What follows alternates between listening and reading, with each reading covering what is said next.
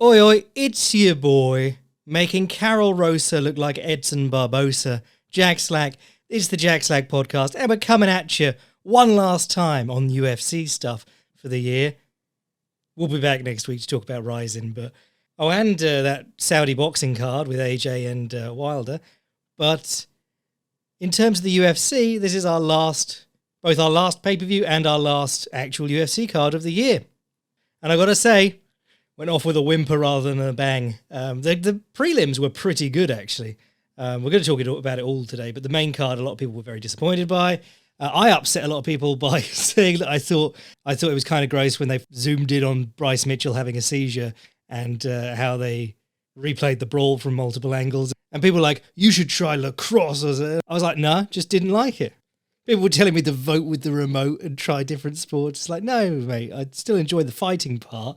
I just don't give a shit about all the extra bollocks. It's kind of like how I wind past all the stuff at the analyst's desk. You know, like there are huge parts of this sport that just aren't interesting to me. It's like the other week I was saying who on earth would pay to have their name put on the mat, and some guy came at me with his wall of memorabilia, which was mainly signed plastic belts that take up 5 feet of wall space.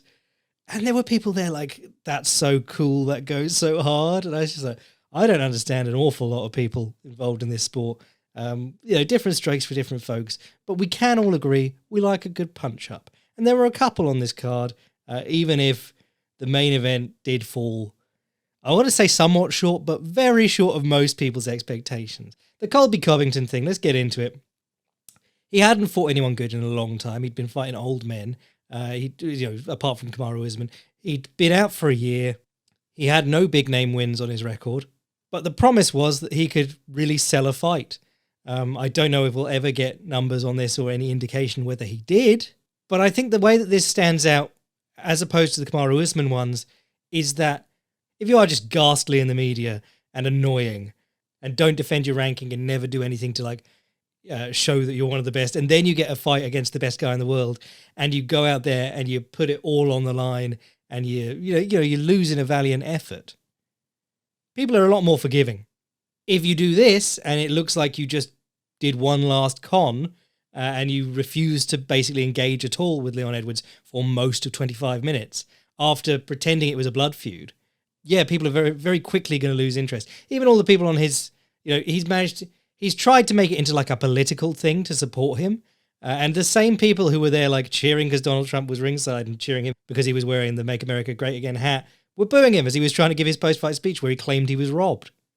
People have a tolerance for bullshit, and if you don't try, that sort of goes over the top of it. 3 minutes in, I remembered to plug my article. Every weekend after the fights, on Sunday, I write an article, loads of diagrams in there showing what I mean, stills from the fight, doodles all over them, has an audio track, which I record after writing the article. And sometimes I have to edit the article while I'm recording the audio track going, oh God, that doesn't make sense when you say it out loud, because it's a quick old turnaround. I watch the fight Sunday morning. I have the article out by Sunday, 5 p.m. normally.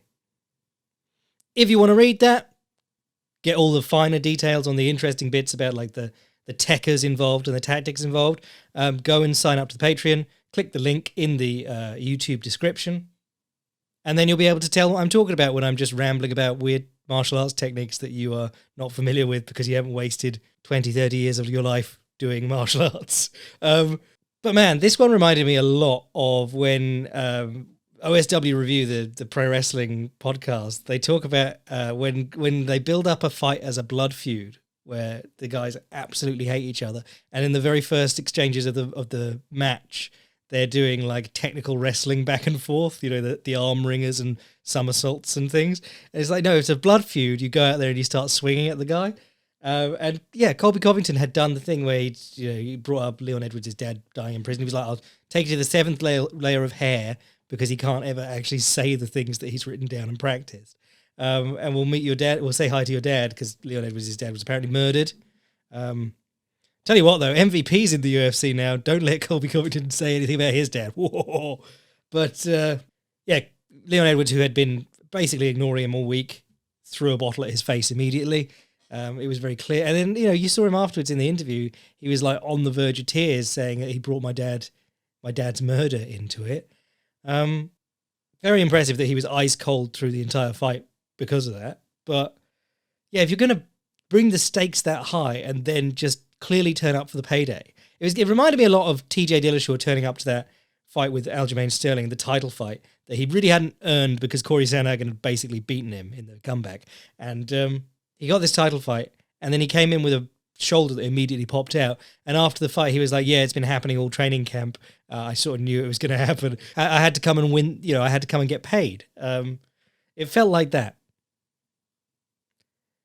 And I think the thing is, it was my boy Shaheen Al-Shatti put up a thing that just said afterwards, Colby Covington is ultimately someone with 0 signature wins, 0 wins over currently ranked welterweights, 0-3 in title fights, whose entire reputation was built off 2 losses, who's on the wrong side of his 30s in a young man's division. It is what it is. And that's really harsh, but it is true. And you're wondering, he tanked his public appeal with a large group of people by doing this annoying character. He tanked the rest of his public appeal by having this fight. You're wondering, how much more did he actually earn? Because is it worth it for like $100,000 that you're then taxed on? Because walking off into the sunset money is a lot more than people think it is. And especially in combat sports where your career is up by 40, being able to fund the rest of your life off what you did in your 20s and 30s, you need to be making really big sums of money. But let's talk about the details of this fight, what little ones there were. Leon Edwards came out orthodox, which was unusual because he does switch from time to time, but he's like 95% southpaw. Which harks back to something that I was saying for the rematch between Kamaru and Covington. Covington had great success with the calf kick when in the first fight when Kamaru was in the same stance as him, but then Kamaru would switch and he wouldn't have a calf kick. I was like, just keep switching and throwing the rear leg calf kick. You'll have more success doing that than you will just jumping on him and trying to trade punches. But for the early going, Edwards was switching to give the opposite stance to Covington, to be in an open stance engagement. So southpaw versus orthodox or orthodox versus southpaw. Never both of them southpaw, never both of them orthodox. The reason he came out orthodox was because Colby is a southpaw. And it's interesting because that does give him the access to the rear leg high kick and body kick on the open side. The open side is the side that's only protected by your arm. You can't turn your back to it. You can't roll your shoulder up. It's a lot harder to do those reactive defenses. You basically only have your hand to protect you. You have to be in good position. Whereas if you kick someone on the closed side, they can just sort of like cower away from it, and their body will protect them from a lot of the blow. But he was using this great step-up lead leg front kick to the body. I put up a clip of it on Twitter, and the UFC Twitter police were like, "We're locking your account until you agree to the terms and take down this tweet." So now, yeah, the tweet's gone, but it was, I shared 1 second of a fight that no one is not watching the fight because they got the action from my tweet with 1 second of a front kick in. But he was doing this great front kick from an open stance. So he was orthodox, Colby was southpaw. He steps up with his rear leg, he picks up his lead leg, and he throws the front kick, but he doesn't throw it straight. He turns his left knee out to his left, which brings his left foot inside, and it comes out like an inside-out kick, the one you often see thrown to the head. But it's a front kick that slightly curves out. And I love that kick. It's been catching on. I've been thinking about a couple of kicks that have been catching on recently in MMA and kickboxing. And Imavov and Cyril Gane both do that. They're from the same camp. They have the same coach. They both switch stances and they both use this from open stance. And the great thing about it is by kicking slightly outward, you reduce the chances of your leg just sliding off the inside of the opponent. You could hit someone with a front kick and then slide off them, and then they're on a dominant angle against you. Think of Rumble Johnson versus Alexander Gustafsson. Gustafsson throws a front kick. I can't remember if he's knocked offline by a forearm or just hits the body and glides offline. But he ends up with Johnson on top of him, hitting him in the head with his feet crossed up in no position to defend himself. But it also gets you inside the knee, which is really nice because Colby raises his knee on a couple of these. And by bringing the foot inside, by turning the knee outside, it comes on. It does a little crescent inside the leg, which is really nice. So that was cool. He did a cool trick that Anderson Silva did in the Yushin Okami fight when he was in the same stance. He threw his rear straight, or didn't really throw it, but showed it, just long enough to go between Colby's arms in his guard, turned his thumb down so that his palm was facing out, grabbed the inside of Colby's wrist and pulled it as he threw a high kick. Very cool technique to catch people on the closed side. So I was saying you've got to do work to get over the shoulder and catch people on the closed side with high kicks. But that's a really slick one. If you go watch Okami versus Anderson Silva 2 in the UFC, That's a good one. Go read the article for pictures of it happening in this fight. But most of the fight was the counter wrestling. Leon looked great. I think, Colby Covington, whether you like him or not, he really sold himself short by being so cautious in this fight, because he has got by on aggression. Even in fights where he's been not the better fighter, like Kamaru Usman, he got himself into the fight by putting his foot on the gas and getting in Kamaru's face. It means sometimes you crash and burn, but for the most part in his UFC career, that has kept him on top of people, overwhelming them. Trying to shoot 1 or 2 takedowns every couple of rounds from the back foot with no strikes thrown and no real threat was always going to be a terrible idea. You saw it when he was reaching down for the leg, and it was just so obvious because it wasn't hidden by 100 strikes. There was only really one occasion where Leon Edwards got to do what he really likes to do in exchanges, which was in the first round. Colby came off the fence at him. Leon ducked in, threatened to clinch, grabbed the head, and as Colby moved back, he hit him with the left hand rather than the left elbow because he was too far away. But that's the Leon Edwards move. If you remember the Gunnar Nelson fight, if you remember the Donald Cerrone fight, what he does is he gets people into boxing exchanges, ducks in, threatens the clinch, and if they react in a striking way, he grabs the head and elbows them. If they react in a grappling way where they throw their hips back and they try and pummel underhooks, they're in an even better position for him to hit them with the elbow. It's a really powerful move, but you only got to use it once in this fight because Colby was so tentative. So yeah, picking at him with kicks, lots of low kicks that weren't really checked. The wrestling was really interesting because when Covington got him to the fence, there was a beautiful scissor stand-up in round 3 when Colby took him down and he immediately just got up and then took Colby down to prove a point. But really basic stuff. When you open your guard, scissor your legs so that your knee is in front of their chest, and then he switched to a cross grip on the hand, got up to his hand on the opposite side and stood up. And he was up on his feet before Colby was off his knees. So Colby came off his knees and he threw that high kick at him. It was a real good technical stand-up, which contrasted really interestingly with the bad scissor work that Brandon Royval was doing in the co-main event. But it's such an important move. It's the sort of position you go to for the scissor sweep in jiu-jitsu, but the scissor sweep doesn't really work against anyone competent. But it's a brilliant position to stand up from. So in MMA, it's vital.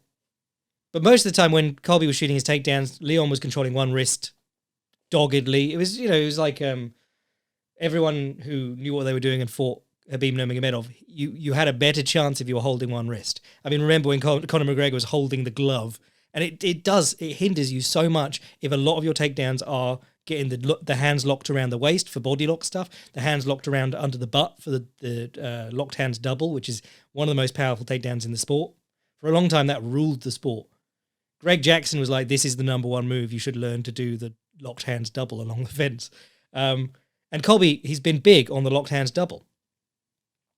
So he'd run Edwards to the fence with a single leg, and then he'd try and open his hands to lock him around under Leon's butt, and Leon would keep hold of one of the hands so that he could never get his hands locked.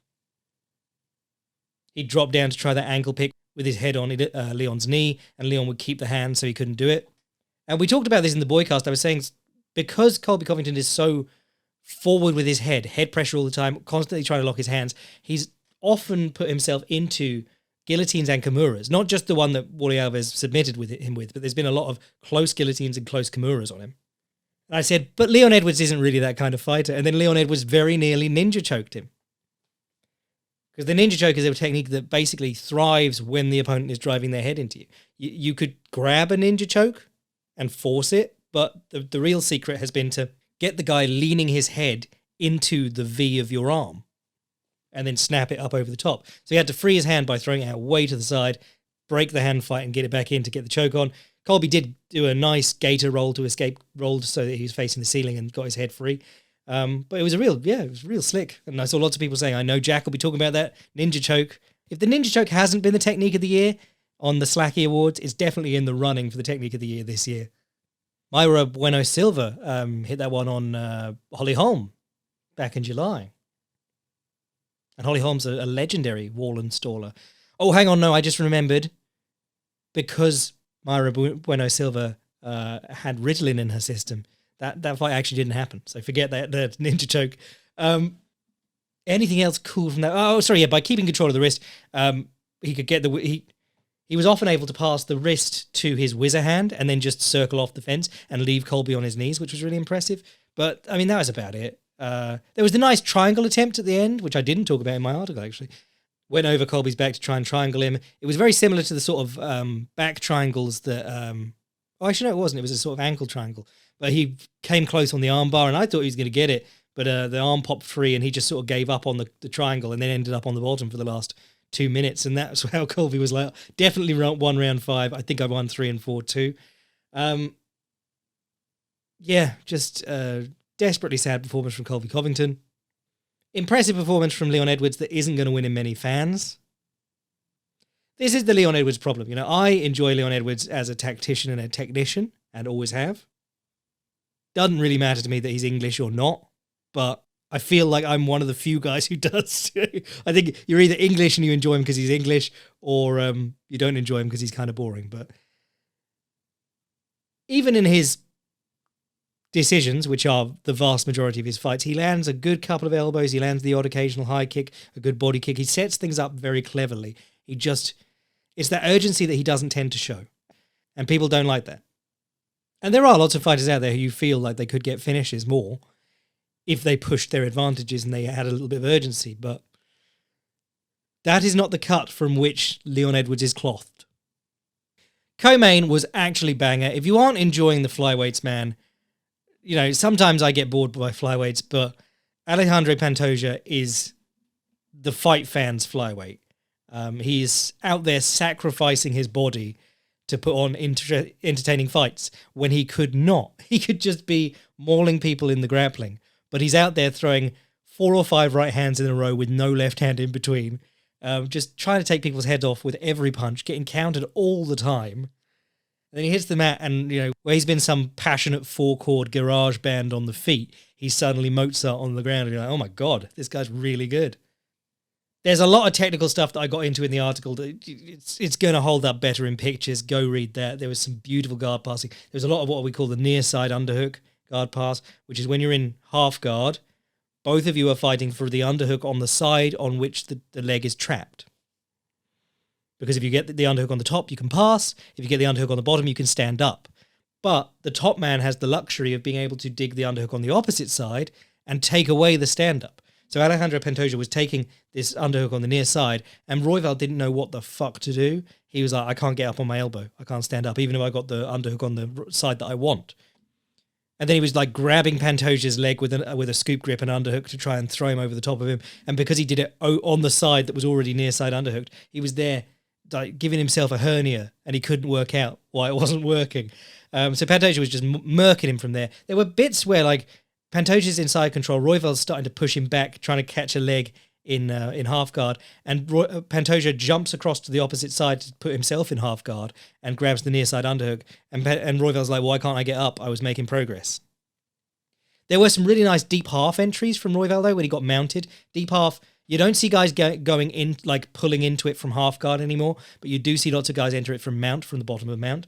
It's where you walk your hips around and you extend their leg into a lever. Very powerful position. Like one of the positions that's like most, when you're talking about like leverage and stuff, all the bollocks that you say about jiu-jitsu, and then it's just two guys like wrestling hard. Deep half is one of the positions where when you get underneath it, you go like, oh, this is what it's supposed to feel like. This is magic, basically. You can start unbalancing the guy, and you can really make it. You don't have to carry a lot of his weight, even when you've got him off his base. But Pantoja's back takes in this fight, runs to the back with beautiful long steps to the back. That move where they're going in on your legs, so they're in the bottom of a sprawl, and you step back and you basically moonwalk round to their back. That's the long step, and Pantoja's god tier at that. Best back takes in the UFC, probably right now, definitely, maybe ever. Aljo, good case, but yeah, this is the thing. Whenever a good flyweight comes along, people are like, well, how would he do against DJ? And I do think Demetrius Johnson is very good on the feet and very good at studying his opponents with the help of Matt Hume. In between Matt Hume running the rules and regs in the organization that DJ fought for and sitting next to the head of the organization during DJ's fights. But yeah, they study their opponents very well and they come up with good striking solutions. But on the ground, man, that would be a fun fight because DJ was all pace on the ground, all top control and action, and great takedowns. But Pantoja, man, he's so good. When he's on the bottom, he was on the bottom for about 30 seconds in this fight. He got deep half guarded off the top in round 4. He throws the reap immediately. The reap, I'm always talking about, it's where you throw your legs over, and when guys go, oh, he's going for a heel hook, and it turns the opponent's knee across them. And that means that they have to sort of like turn their back, and they can't keep hitting you. And Pantoja throws them up from half guard all the time. He throws them up from the bottom along the fence. I did loads of stuff on this in the article, Alejandro Pantoja, the bar brawling back snatcher, which I wrote before his UFC title shot earlier this year. Actually, I unlocked that article earlier this week for everyone, so if you want to go read that, read it at fightprimer.com, or have me read it to you. But normally he he gets half guard and he grabs the far leg and then he pulls it and goes into the reap, like Overeem did against Curtis Blades 3 times, and Blades couldn't hit him from that position. Pantoja did it with no hands this time. It was mental. He's in the bottom of half guard. Brandon Royval's dropping hammer fist. He grabs Royval's head and pulls him in. Royval postures up as hard as he can, and as he postures up, Pantoja throws his legs into the reap and turns Royval's knee away and gets him into a position where he can't throw punches effectively. And I keep saying that reap with the legs hanging out like that, not useful in competition grappling because you're exposing your own legs. Is useful in MMA when you want stuff to happen and you don't want the guy to be hitting you. And Pantoja does it every time he's on the bottom. One thing that did impress me about Pantoja in this fight was his clinch. There was a couple of really mean knees from the clinch in this one. He looked like Chidi Njokwani, if you remember that fight against Alexijuk from a couple of months back. He kept getting the single collar tie, one hand behind the head, and a tricep grip, which you don't see often in wrestling. So hand behind the tricep and pushing the opponent's elbow in and across your center line, which opens up behind their elbow for knees on that side, and you can knee inside as well with the other leg. And he hit right at the start of the fight. He throws an overhand, goes to this collar tie and elbow grip, and hits Royval with a knee, steps down from the knee and immediately pulls Royval around in a circle to turn him. This turns him, breaks his posture. Royval tries his hardest to stand up, and instead of kneeing again, Pantoja lets go, shoots the double, as Royval's standing on stilts, basically, upright. It was gorgeous. Pantoja's takedowns in this were money. In the 5th round, when he was gassed as hell, he pushed Royval to the fence, locked his hands underneath Royval's crotch, which is what you do when you can't lock your hands for the lock hands double, and he lifted him, and Royval's feet came together, and then he released and grabbed both legs and got the double again. And he was breathing out his arse as he did it, so it was really impressive.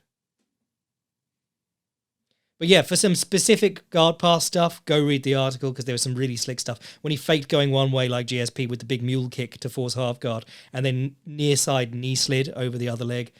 Mwah! And in round 5, he was so gassed at the start that Royval just teed off on his face, and then he still got him to the ground. And it was like, this man just, he's not here for a long time, is what I'm telling you. He's here for a good time. I hope he's making a huge amount of money from this. He won't be making what other divisions are, but I hope he's making a few $100,000 a fight because he has always had these skills on the mat, but he fights in a, we used to say, let's get redacted, but he fights in a way that he knows people will enjoy rather than just taking people down and mauling them. It's like he had this amazing win streak coming into his fight with Alex Perez, but it took knocking out Alex Perez in a fight that was just hillbilly haymakers to get him the title shot. The man knows what's up. Rest of this card, the main card, the other 2 fights, there was 3 fights. 2 of them were the old Phil McKenzie special, got to send an old man to the glue factory. Shavkat Rakhmonov versus Stephen Thompson. I'm not going to be the person who turns on Shavkat Rakhmonov and says, he had a boring round, or, all his grappling was boring until he got the finish. I'm also not going to be the person who... I put up a clip of Stephen Thompson just bouncing straight back onto the cage, touching it with his hand, realizing it was there and not moving left or right and trying to sidekick off one leg there and then just trying to hit Shavkat as he moved in. And I was like, this dude used to have really good footwork and ring craft. And there was dudes in the replies being like, look at Shavkat's footwork here. Elite ring cutting. He's literally just wandering up to him in a straight line. Stephen Thompson's feet are gone. It's one of the first things that's supposed to go in a fighter. Remember Muhammad Ali, He found a way to deal with it where he'd dance for a round and then hold for a round, so that he only really ever had to do 6 or 7 rounds of moving with breaks in between. But the legs are famously one of the first things to go, whereas the power is one of the things that stays. And Stephen Thompson's feet used to be very, very quick, and they used to have to be because he fights in this bladed stance. So when he gets near the cage, he has to break the stance to circle out. He either has to bring his lead leg back and square up so that he can sidestep and direction change, or he has to take a big classical sidestep. So he's, let's say he's leading with his right leg, as he was in this fight. He's in that sort of side-on stance with his right leg forward. So he's in that weird horse stance, but imagine he's not looking to his right, he's looking straight in front of his belly button. He takes a big step with his left foot forwards, like he's walking, and then you run out that way. That's the classical sidestep, which is something that he'd used to do. If you watch his fight with Whittaker, he does some really lovely circling off the fence in that one. You don't need to go far to watch examples of Stephen Thompson actually moving really well. Rory McDonald and Johnny Hendricks couldn't get a hold of him. And one of the things with circling out is that it's not perfect. You direction change to get the guy swinging at you so you can duck under and circle out. But also, like, guys will get close to you. They'll get chest to chest. They might not be able to lock their hands or whatever. And if you're going hard for it, you'll slip away. So slowing down a bit really does make a difference. But this one, he just walked back straight towards the fence, put his hand on it, and it was like, he knows it's there, he's just not able to do the circling anymore, or he won't. It was really sad, because I'd been watching his fight with Bilal a couple of days earlier, and the same thing happens there. Bilal Muhammad is not an elite ring cutter. He sometimes struggled to get Diego Lima to the fence when Diego Lima just stands on the fence for the whole fight. So anyone who's telling you Shavkat Rakhmonov ring cut his way to this is wrong, I'm afraid. It's like the old Ronda Rousey stuff. Her ring craft's elite because everyone she fights ends up on the fence. So you're like, has anyone she's fought ever tried circling left or right? Have you seen that? And it turned out they hadn't. But the first round is largely him holding Thompson to the fence. Thompson's defense was pretty good, actually, on the whole. Always been a pretty strong wrestler at staying up. Though he had been taken down by Gilbert Burns and Bilal in recent years. What I did like from Stephen Thompson in this one when they got back out in the open was that he was looking for round kicks to the body on the open side. Doesn't throw nearly enough of them normally. He's got a really nice front snap kick. He's got a really nice round kick to the body, often with the ball of the foot, very karate style. And he doesn't really look for them all that much. He's all about like hook kicks and wheel kicks. But I liked that he was looking for that. Did a great little ankle tap, step up, lead leg to the ankle, into a round kick to the body off the opposite side. I remember when he was giving Rory McDonald fits, I was like, one of the things people need to use against Stephen Thompson is ankle taps. Just those very low kicks. This was before the calf kick was a thing. Just step up and kick his ankle, because while he's moving all the time, if you tap his leg while he's moving, if you tap his ankle out of position, he's going to stumble or have to do something where you can get closer to him. It's going to slow him down a bit. But Thompson used it here to set up a nice round kick to the body. There was lots of running in on the line, throwing punches, and Shavkat was looking for counter left hooks and jabs, and it was looking good. And then the takedown came just by countering a very obvious entry by Thompson with his rear hand into a shot on the single leg, chased it to the fence, and then Thompson was doing well defending it until he decided to try and do the Eve Edwards flying knee. And if you've never seen that, it's one of the coolest things I've ever seen in MMA, to be honest. Save this clip because it's going to be me being very positive, and I'll have to come back to it whenever people say I'm too pessimistic about MMA. But Eve Edwards, I think it was an Elite XC fight. He had something like 60 fights at the time, but a guy was attacking a single leg. Eve was hopping around on one leg, has an overhook and a wrist control on the other side. They're busy hand fighting. And Eve goes, what if I jump up? So Eve on one leg jumps, picks that leg up, knees the guy in the head, knocks him out, and then lands and finishes him with punches. Incredible. But then everyone started trying it and dying. Uriah Faber tried it once. Obviously, Frank Mir tried it against Brock Lesnar, and Frank Mir's not good at getting up anyway. So that was a really terrible. Like, he was actually defending a single. You're like, bloody hell, Frank Mir, your wrestling's terrible. You're actually doing pretty well here. And then he just leaps up to try and knee Brock Lesnar in the head. I think he hit him, but like, if you don't knock them out immediately in a way that they can't just fall on top of you, you're still ending up on the bottom. So Stephen Thompson looked like he was trying to do that here, which was crazy. And unless he thought Shavkat was going to try and kick his leg out and he was trying to jump over it. But it was a very weird look, and it let Shavkat get him down and get on top of him. He fought off a rear naked choke well, but then he finally got caught by it. He just looked old as hell, and he had his hair grey for this one, and it really made me sad. Someone was trying to tell me that I was a covert Shavkat hater. I love Shavkat. I'm very excited to see him fight other people. I'm not that excited about Stephen Thompson anymore. You remember before the Kevin Holland fight, I was like, I don't really care about Stephen Thompson anymore. He had an amazing fight in that one, but these are not the fights he should be taking. You know, the Bilals, the Gilbert Burnses of the world. He should be fighting the fucking MVPs. MVP might have a good chance against Stephen Thompson at this point, and it would also be a striking fight. But they had to punish him for not taking that fight with Michel Pereira when Pereira missed weight by like 20 pounds. The other sad one was Paddy Pimblett versus Tony Ferguson. Tony did what he normally does. Paddy Pimblett did what he normally does. And as we predicted, Paddy Pimblett got caught with punches on one leg a lot, which is the only 2 moments of success Tony Ferguson has had in his last 7 fights. Hitting a guy on one leg and then knocking them down. Happened several times in this one, just not quite as badly. Pimblett's hands looked decent, actually, but the problems are still there. You know, I think it was Daniel Cormier said he's been working hard on his boxing. He's going to keep that chin down, and immediately Paddy jabs. And what I always say is that like he looks like he really wants to check that it lands. He props his head up to look down his nose and go, "Is that okay over there? Did it go in? Yeah, it went in." And every time he gets hit with a left hook on return or the counter jab, his fucking boxing coaches, they're not going to teach him to move his head sometimes. They need to teach him to go forward with his right hand when he jabs. Because if you're throwing a jab on its own, you might as well cover the path of the opponent's jab, because otherwise you're running onto jabs with your own body weight, as he was doing here. The 1-2, 3-2, whatever it was, the big combo he unleashed on Tony Ferguson at the end of the first round looked violent, and it was quite impressive that Tony took it. His takedown still looked bad. You know, he's grabbing takedowns on a geriatric Tony Ferguson with no knees, and Tony Ferguson's still threatening to sprawl out on him. But when he got on top, Paddy Pimblett was absolutely fine. Tony Ferguson was never a threat. There were the occasional attempts at elbows, but Paddy Pimblett stacked up on him so much that he couldn't really get them off. Some holding the leg for rubber guard, which really was a throwback because Joe Rogan got to tell us the names of the positions again. Back in the day, it used to be like, he's going to mission control, which is holding your own foot. And then there's like Chill Dog, New York, and a load of other stuff. But guys don't get any further because the rubber guard's kind of crap unless you're a real specialist. And the guy on top doesn't know what he's doing. Wouldn't be my first choice if I had, cadaver ACL tendons in my leg. No, heroic effort by Tony. David Goggins in the fucking corner being a grifter. Paddy Pimblett gets the job done as he's supposed to. Didn't get the finish, which is quite underwhelming.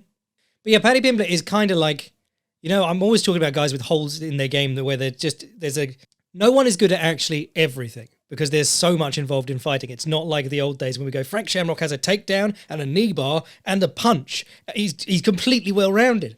No one's good at everything. But there are obvious elements in people's games that bridge the gap between two things they're good at. And if you don't have them, you're in real trouble. So, Paul Craig's got the nice kicks and the ground game, but no takedowns. And Paddy Pimblett is the same. He's got the nice kicks and the ground game, particularly on top. He's great on top. But his takedowns are like diving on a single and going to his knees and then just toughing it out. I mean, I've said it before, but he used to wear the Sakuraba shorts, and it looks like when Sakuraba used to get stuck on a single leg and beaten to death in the course of finishing it. Linton Vassell does this too, but at least Linton Vassell is in the heavyweight division and he's bigger than everyone he fights. I mean, Paddy Pimblett did look fucking massive in this one, but yeah, dude needs some work on his takedowns badly.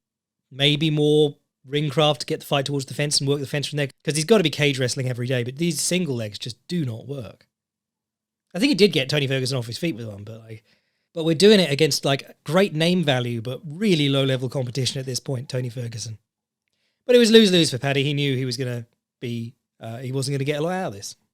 But as always with the Tony thing, the UFC, Dana White's out there going like, he should be retired, blah, blah, blah. And it's like, are you going to cut him? No, because he's name value. Are you going to pay him a pension? No. So why are you trying to get him to retire? If you're not going to cut him, and he's got you on the hook for a good contract, because he used to get, I think at one point he was getting like $150,000 show and win, or show money and then $150 win money. There was a disclosed one, I think in New York a while ago, but he used to get good money. If he's got them on the hook for that, he should keep fighting, Got to think about your future. Josh Emmett versus Bryce Mitchell, very short fight. Bryce Mitchell's, afterwards, I thought his take on it was quite interesting. He said, like, I tried to stand back and I should have just been in his face. And there's sort of two ways this could go. Obviously, the knee-jerk reaction is like, if you got in his face, you get knocked out sooner. There's part of that because, this is just a guy with an overhand right, basically, in Josh Emmett. And, Shane Burgos had trouble getting in his face and just getting dinged over and over again. But on the other hand, one of the paradoxes of fighting is that if you've got a guy who wants to land a big counter, the more you do, the harder it is for him to place the counter. But he got smoked. Emmett looked good, and he got it done early, which is really surprising because Emmett sometimes just takes long breaks for no reason. Like I said, bit gross that they were like, he's shaking.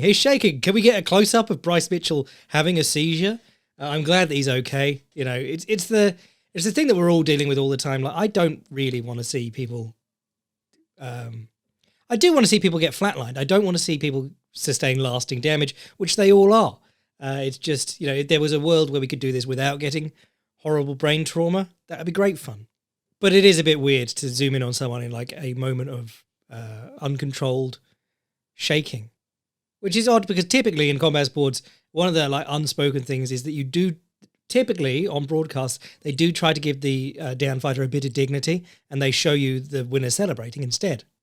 Manyfield versus Jacoby was pretty good. Jacoby fighting along and poking him with jabs, doing well, and then he'd just get clipped with one big punch. He had the Rob Font problem. It was like he'd be putting on a blinder for 2.5 minutes, and then he'd get dinged with one and turn all the way around. I like Dustin Jacoby. He should change his nickname to The Real DJ, so that people know when they're talking about Demetrius Johnson, what you really mean is Dustin Jacoby. But yeah, he's decently fun. I used to not like him the first, because he's had 2 runs in the UFC, hasn't he? And the first time I didn't really enjoy him. He went to Glory, and then he came back and he was much more interesting. Oh no, he was in Bellator before he was in Glory, sorry. And Manyfield, good for him. You know, it's being a guy who's just explosive and has no cardio, he managed to use the explosivity and keep his cardio up for the whole fight. So yeah, he did decently, or most of the fight. Irina Aldana versus Carol Rosa. People were raving about this one. It was fine. I mean, there was Irina Aldana just toughing out a load of leg kicks and walking forwards, and she did land a great liver shot on Rosa in the the 3rd round? But yeah, I mean, they just took lumps out of each other. It was a fun fight, I suppose.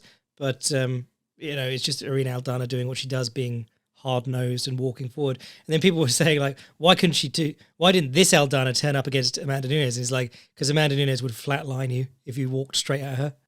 Garbrandt knocked out Kelleher. I thought Kelleher's game plan was actually fairly decent, focusing on the calf kicks, kind of like Pedro Munoz did against Garbrandt, and then countering the step in, but Kelleher wasn't doing that very well. Yeah, good to see Garbrandt get a win. His corner was Alex Perez. Your DNA is an abomination. So that was, yeah, interesting. Lipski versus O'Neill. I quite like Lipski in this fight. I thought she looked good, which is crazy because she's about to be ranked, and she got knocked out in the first round by Priscilla the Bum Cachoeira. But this was a crazy one because Casey O'Neill, like they were talking about her striking coach and how hard she's been working. She was throwing a straight right as a lead every single time. And Lipski wasn't doing any jabbing either, but Lipski was at least counterpunching and banging O'Neill when she opened up.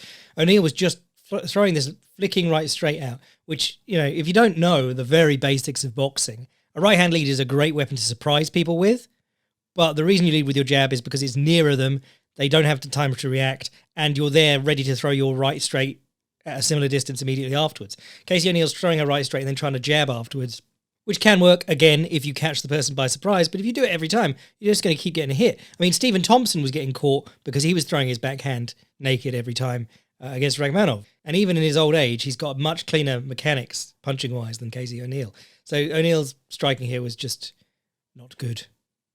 And the armbar was great. I mean, if you watch the moment that the arm is released, or the moment she catches the arm and pulls it away from O'Neill's body, she goes straight to the wrist and points the thumb the right way, which is where people lose it. Because yeah, if you get the thumb pointed the right way, they can't turn their elbow to relieve the pressure. They can't slip their elbow free. So she just pulled it until it dislocated, I think. But yeah, O'Neill, it looked like it hyperextended, but you know, a lot of women have hypermobility in their elbow that way. Tagir Ulanbekov choked Cody Durden. I thought this was a fun enough fight. I think Ulanbekov, is he Dagestani? He looks Dagestani and is from Russia, so I'm going to assume he's from Malachaka. Yeah, sorry, Makachkala. That's where he's from, obviously. People are going to get very hot on him because he's Dagestani. He's won a couple of fights by choke in a row, but he did lose to Tim Elliott, and he should have lost to Alan Nascimento immediately before that. He's okay. They were going off about his right hand because he dinged Durden early, but then every time he threw it, it was like I was talking about Chris Arreola last week. He's throwing his elbow out to the side before, as a wind-up before he throws it every time. Very sloppy striking.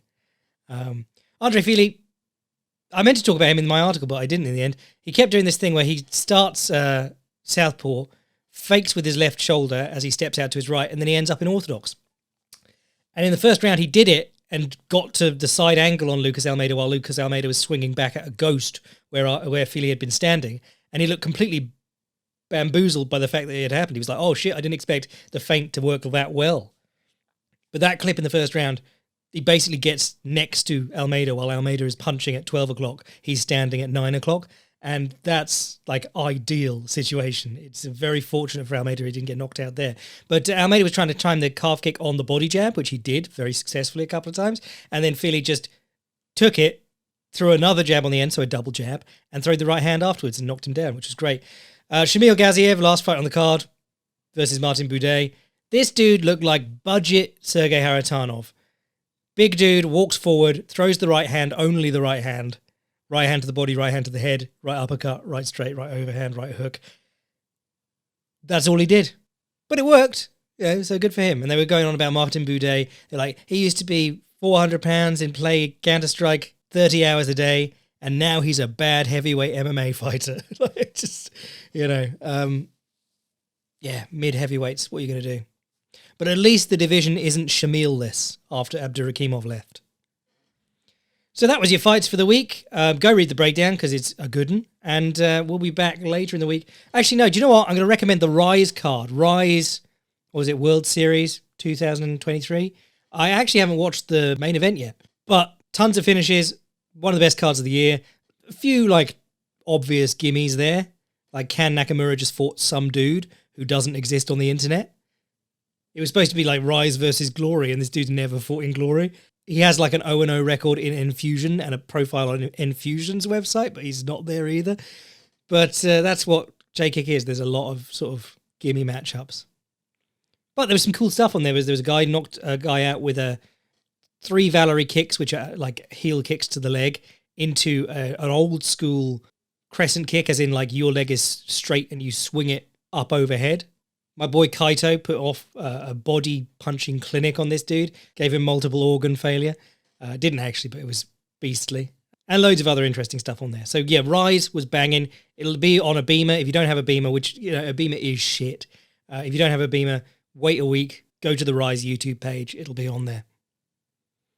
Because you're not going to have a lot going on next week, aside from Rising, if you're going to watch it. I'm your boy Jack Slack. Read the article and start sending me suggestions for the Slacky Awards, because I'm going to have to do those soon. You can read what I'm writing at fiveprimer.com, including the previous Pantoja study, which is open to everyone. You can send me an email at jackslackpodcast@gmail.com, and you can get all the extra stuff by signing up to the Patreon and being a boy.